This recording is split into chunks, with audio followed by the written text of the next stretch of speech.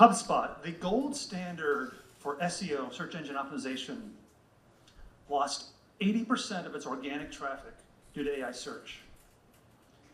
Chegg, the online education platform, lost 24% of its revenue, largely due to Google overviews. And 90% of e-commerce sites are not ready for AI agents. We are experiencing one of the biggest shifts by which customers find information and transact since the beginning of the internet. You see, we have three key problems. Number one, we have an AI visibility crisis. Gartner predicts that 25% of organic traffic will be lost due to AI search. Number two, we have an AI agent readiness gap. Soon, agents will be shopping and transacting on behalf of customers, but our websites were built for people. And number three, we have an information overload and technology overload. Every day there's a new protocol, best practice, standard, and businesses just can't keep up. In the end, if you're invisible to AI, you're invisible to your customers. And this is where Majentics comes in. Majentics is your AI and agent readiness platform. The process is simple. You enter a URL, and within seconds, we analyze your site, gather information, give you a readiness score. We provide sample code, fixes, a plan, and on the agent side, we provide interfaces that you need so that agents, when they interact with your site, can do that in a productive way. And then we stay on top of the technology so you don't have to. We're in alpha right now with very positive feedback. And as we move into beta, we are seeking e-commerce design partners. And I'm Dirk Nickel. I have spent my career leading these types of technology changes. I've helped work and build several $100 million businesses at IBM, including IBM Mobile First. I have over 26 patents in digital transformation and e-commerce, and I know how to help companies manage these types of shifts. Try Majentics today at Majentics.com and be the business that AI recommends. Thank you.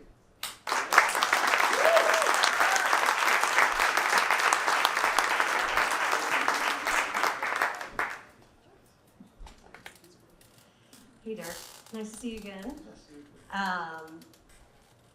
We've already chatted. I think this is so interesting. I think AI search now is the new Wild Wild West.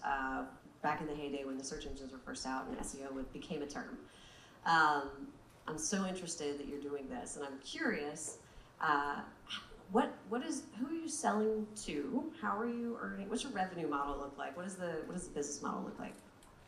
I think that this is a really systemic issue that's going to affect pretty much anybody on the internet.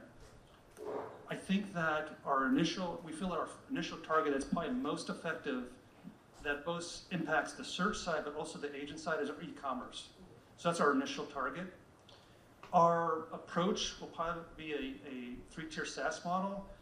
We'll have a free tier to drive adoption, mid-tier that has auto fixes and monitoring, and likely an enterprise tier for custom integration if needed. But that's kind of our approach that we're thinking right now. Okay, what is available for everybody who's going to try it when they leave here on the free tier? So right now, if you use it, you can put in any URL. It will go out to the site that you put in. It'll actually look at it visually. It can also look at the code, the HTML, and it will provide a plan and code that you can actually put in to improve your visibility and make it more accessible to agents. In addition to that, it can also look at it from a marketing standpoint, from an SEO standpoint. So we've kind of looked at it from like where we are today and the future and kind of that journey. So we kind of cover all the bases. So yeah, indeed, I'm definitely one that trying to figure out how to keep up with the massive, this era we're in. And the thing that's on my mind the most is, and continues to be, is around the human side. I mean, if we have human-centered kind of learning. We have, as you said, sites that are not built, not necessarily to address the agent AI kind of galaxy that's out there. What are you all doing inside of considering that we still have humans, that people want to have a sense of there's a human behind it. There's some kind of personal touch behind our enterprises, and that we're not just creating these kind of artificial spaces. I don't even know how to really ask a question because I'm still trying to figure out what it means for us. You kind of, okay, thank you. Yeah, no, I get what you're saying, and this is a really important point because, and actually if you go into the tool, I've narrowed this focus of this presentation really around the AI piece of it, but also I have in the tool a human side of it too, where it can actually go out and inspect a site from a designer, human factors, marketing, or a user of your site and provide feedback on how to optimize that. Because I think you're right, you need to have this whole journey. Like today, SEO is going to change, but it's still viable. In fact, the AIs use SEO type techniques to search and get information. But people are also going to be using your site, and now agents. And so it's an expanding area, but you can't forget about where you are today, and that's always going to be there, the human interaction. So it's also a bigger under the hood question around kind of the equity play, right? Because again, we're seeing the concerns around how you can create a site that attracts certain traffic, but it doesn't account for various demographic realities, if you so. It's going back to the equity question, and managing that. That's a really important point, because as we think about agents, as they start moving around, you as the site owner or the destination for these agents need to communicate to that agent certain levels of guardrails on both ethics, security, compliance, or any sort of brand expectations. So all those things are really important, and it's a wild, wild west right now. I mean, things are really changing fast, and that's kind of why we also thought this product was important, because it's changing so fast you can't keep up with it. So what we try to do is kind of build into that the latest research, the latest methodologies, and have that kind of surface for you.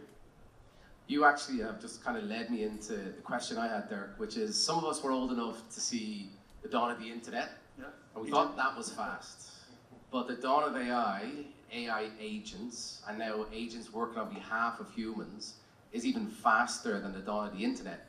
So how do you keep on top of all the latest changes and then make it easy for users of Majentics? Yeah, so I think this is one of the core problems. That's why I wanted to really highlight it in the kind of value propositions, is that literally every day they're just really sort of shaping this agentic web. It's sort of defining. There's MCP servers, and then there's new methodologies for attracting AI. There's, used to call it SEO, now it's AEO and GEO and AIO, and people can't even keep up with the different terminology. So what we wanted to do is take all that latest research, the methodologies that are evolving from, say, ChatGPT or Perplexity or Google, and just feed that in.